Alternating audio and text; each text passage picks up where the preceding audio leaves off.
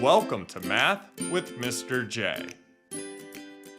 In this video, I'm going to cover how to multiply fractions and whole numbers. Now remember, when we multiply fractions, all we need to do is multiply straight across. So the numerator times the numerator and the denominator times the denominator. We do the same thing when we have a whole number involved. We just have one little extra step before we multiply. We start by rewriting the whole number in fractional form. And we do that by putting it over 1. So we rewrite the whole number in fractional form.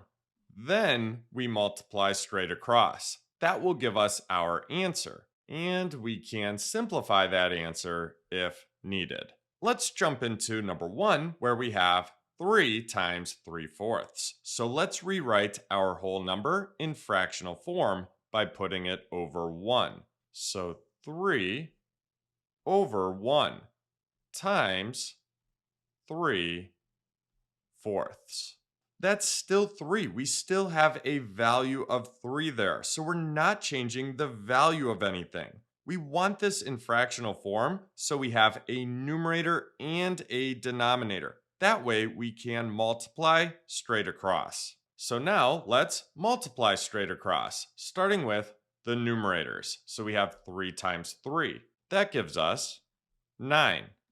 And for the denominators, we have 1 times 4. That gives us 4. And we end up with 9/4, which is our answer. But it's an improper fraction, so let's convert this to a mixed number. And remember, we convert improper fractions to mixed numbers by dividing the numerator by the denominator. So we need to do 9 divided by 4. So how many groups of 4 in 9? Well, 2.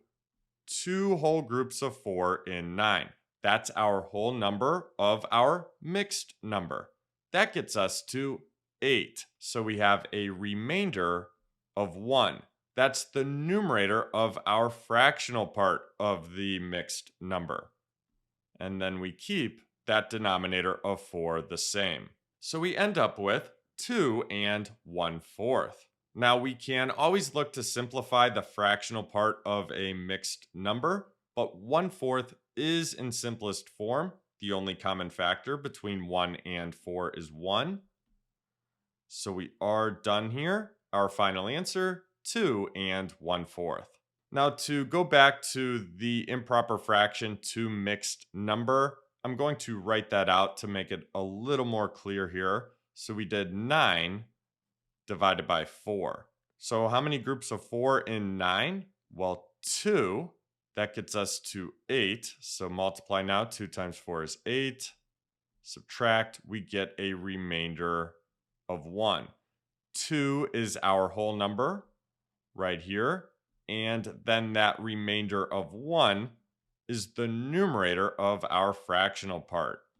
Then we keep that denominator of 4 the same. Now, you may have noticed our answer is less than the whole number we started with, 3. That's because when we multiply by something less than 1, we get a smaller result. We end up with part of the whole number we started with. So anytime we multiply a whole number by something less than 1, our answer will be less than the whole number we started with. So just something to keep in mind. Let's move on to number 2, where we have 5/8 times 7.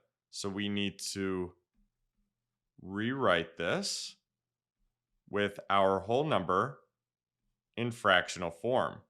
So we put 7 over 1.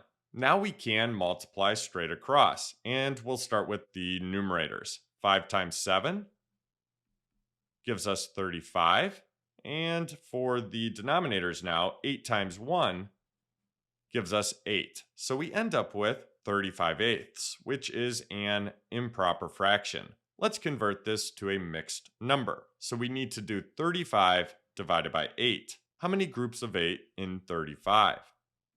Well, 4.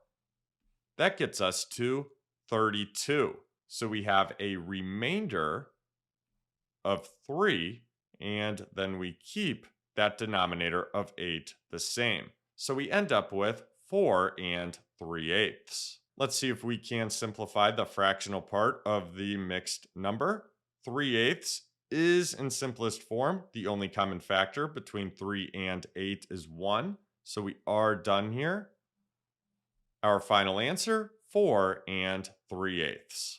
Let's move on to number 3, where we have 8 times 1/6. So let's rewrite our whole number in fractional form.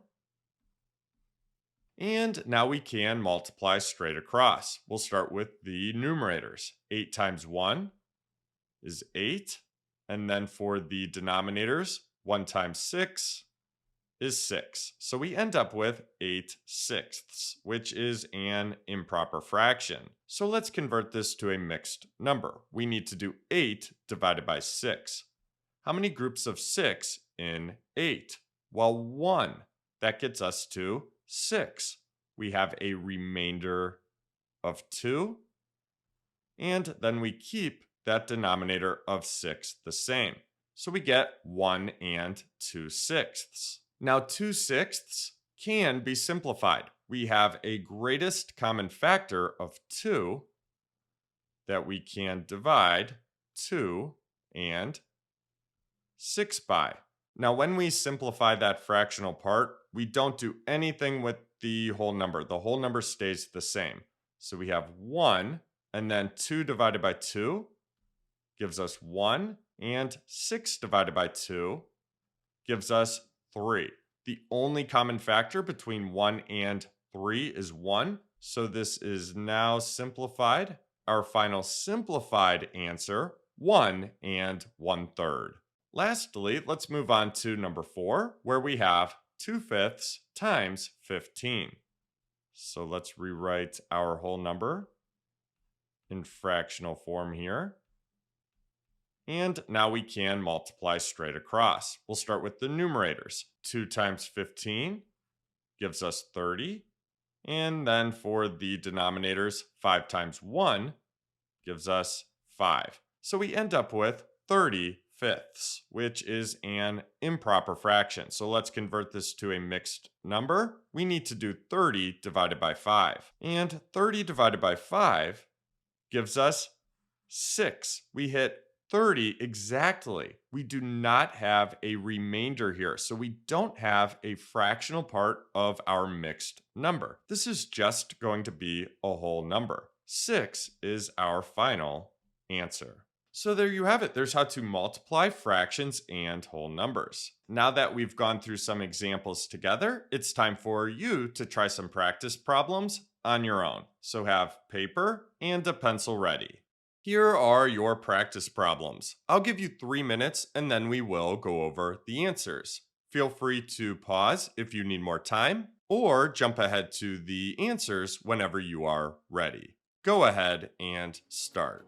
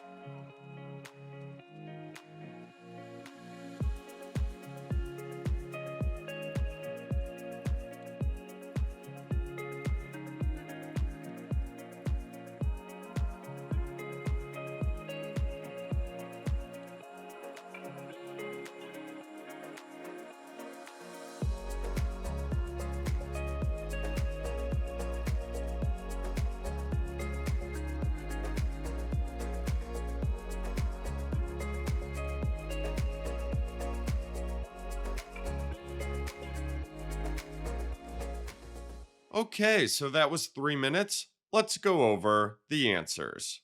So here are our answers. For number one, 14 times 1/4 equals 3.5. For number two, 5/6 times 5 equals 4.1/6. For number three, 10 times 4/5 equals 8. And then lastly, 2/7 times 9 equals 2.4. So there you have it. There's how to multiply fractions and whole numbers. I hope that helped. Thanks so much for watching. Until next time, peace.